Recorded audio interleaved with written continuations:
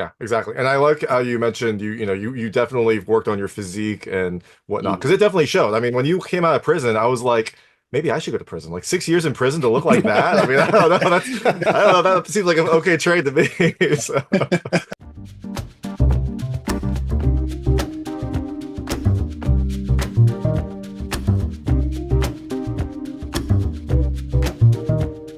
Thanks so much for joining me. Today I've got Daniel Stisen and Fansu Njie talking about Stand Your Ground, which comes to theaters on May 9th, 2025 and VOD on May 27th, 2025.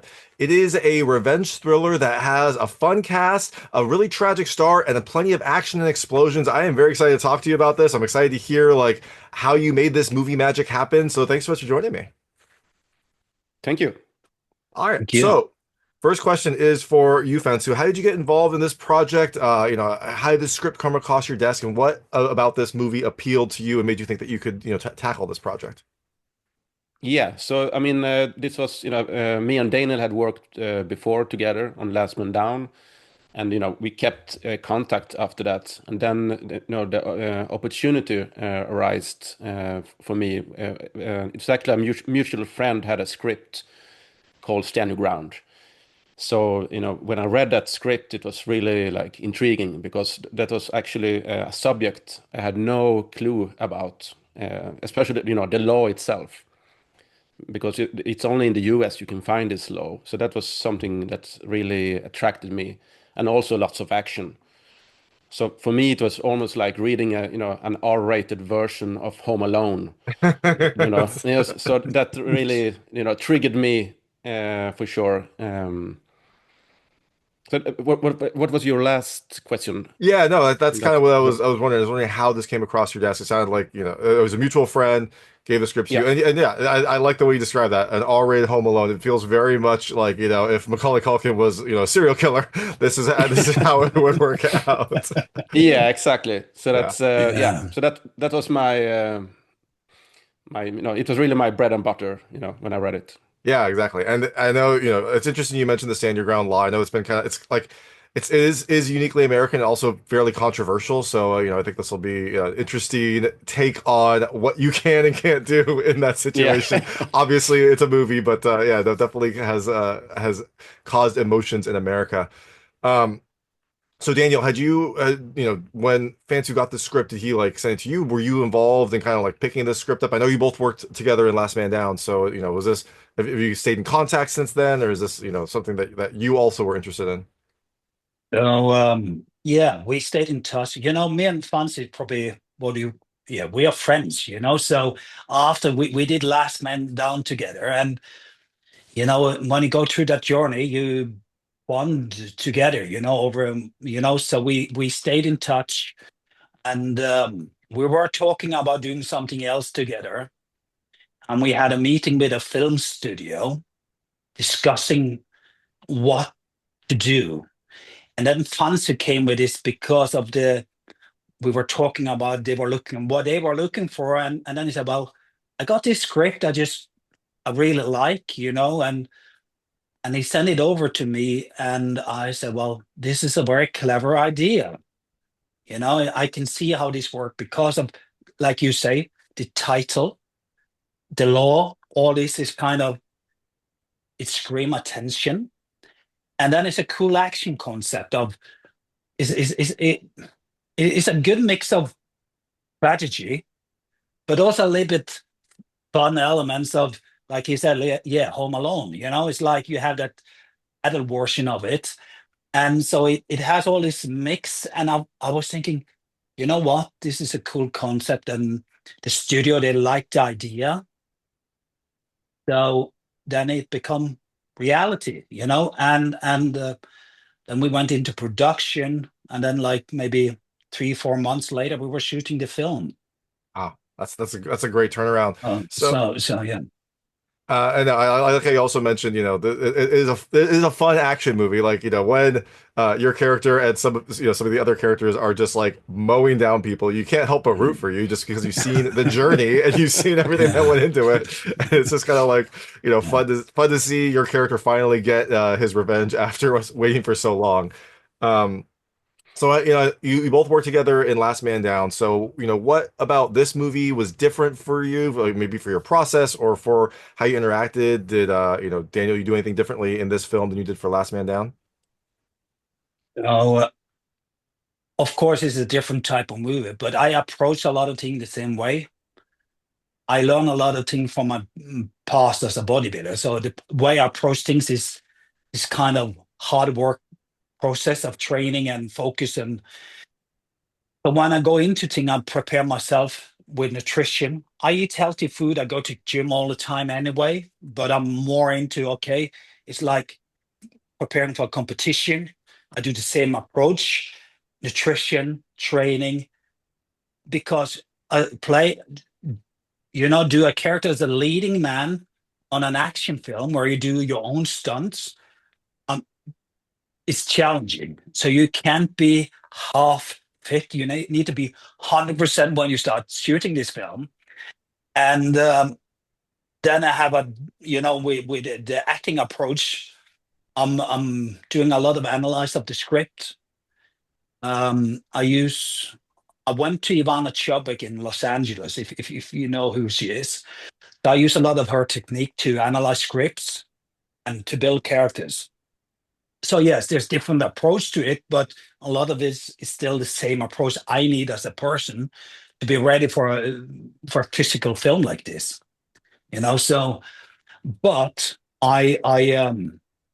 so Last Man Down is probably a little bit more like throwback to the 80s, throwback to Arnold and all this. This one is a little more serious movie on some levels, So yes, but it's a different way of performing, I would say.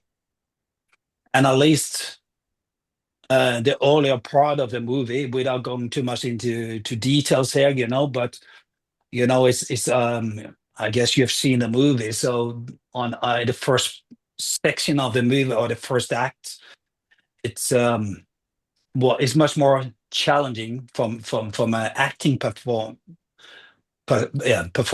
level, So when we go into the action piece, it's a little bit more fun, and it's being the kid again and doing all this, all this thing where when we were kids, with playing with guns and swords and all these things, So it's back to that kind of thing. Um, but I'm very much. I see it's like a competition. I'm going there. I have to deliver. I have to give everything I can. Yeah. Nothing is. I need to deliver whatever I can every single day. And if I don't, I haven't done my job. Yeah. This is how I approach it. But I think this comes from the sport thing.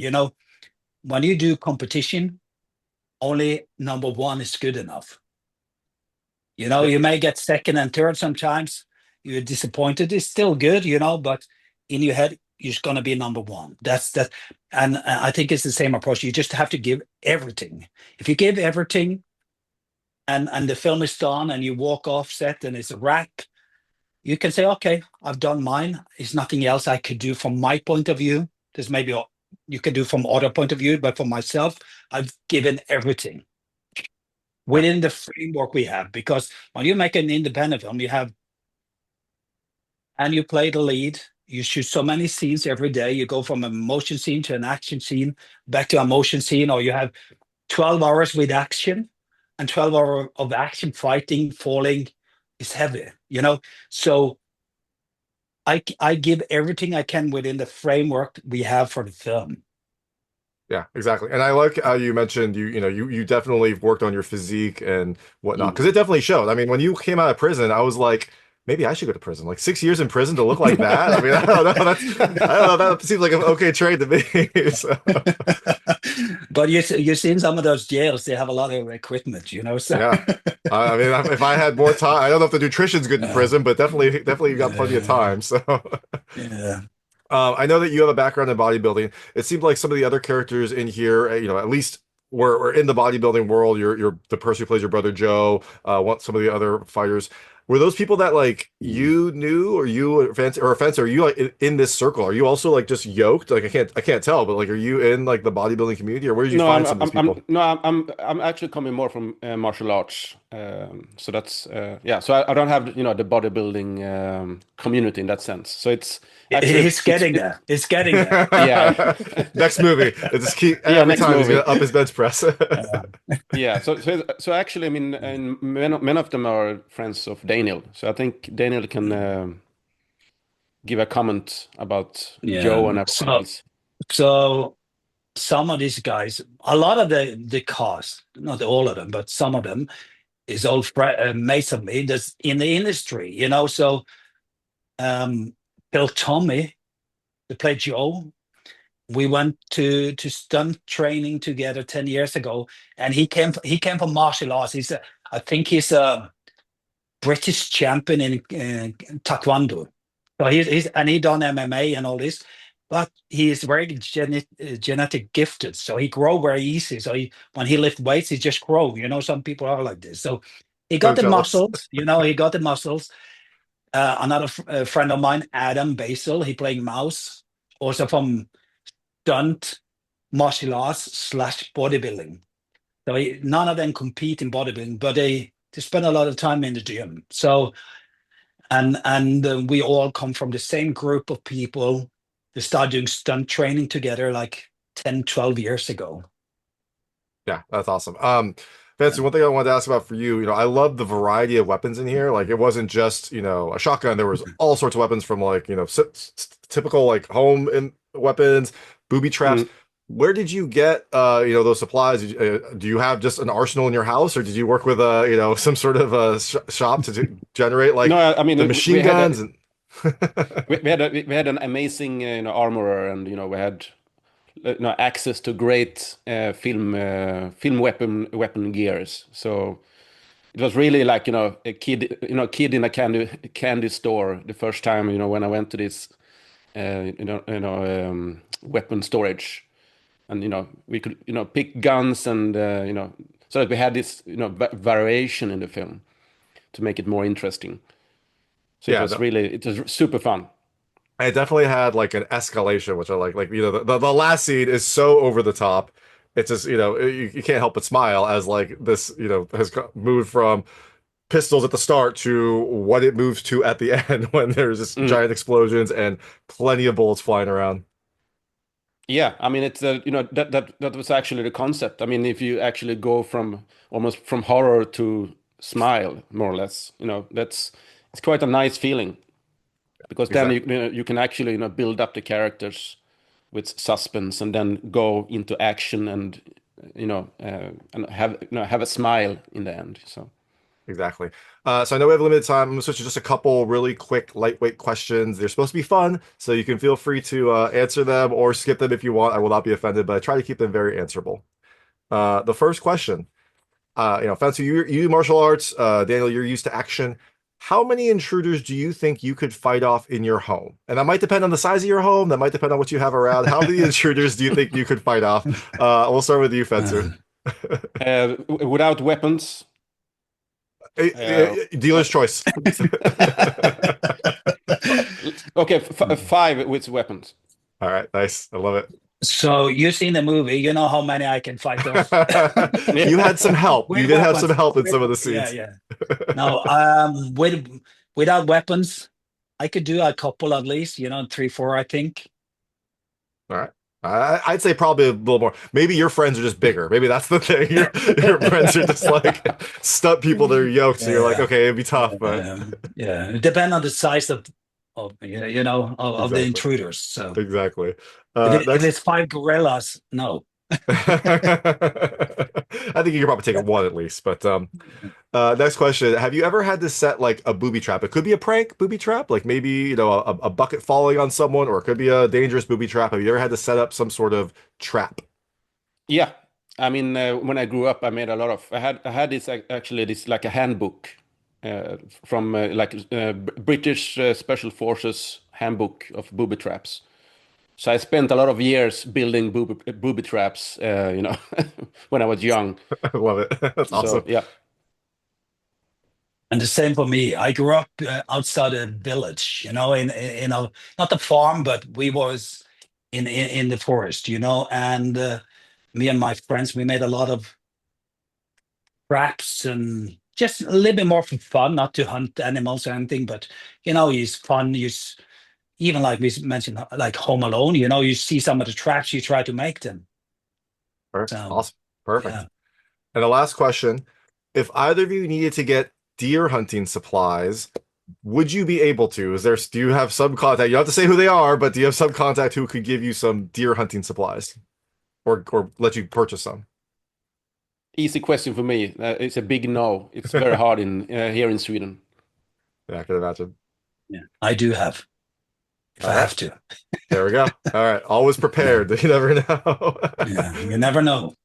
So the film is being released in theaters on May 9th, 2025, and on VOD on May 27th, 2025. You're out promoting the film, getting the word out, letting people know. But after people see Stand Your Ground, is there anything else that you're working on, either together or separately? Do you have any other projects on the horizon? And we'll start with you, Fansu. Yeah, I have a couple, lots of stuff cooking. So for sure, and And it's all action. I just All right, perfect. So you can wait for both anticipate those future projects, but first check out Stand Your Ground coming to theaters on May 9th, 2025 and VOD on May 27th, 2025. This is Daniel and Fancy. Thank you so much for your time. thank you. Thank you.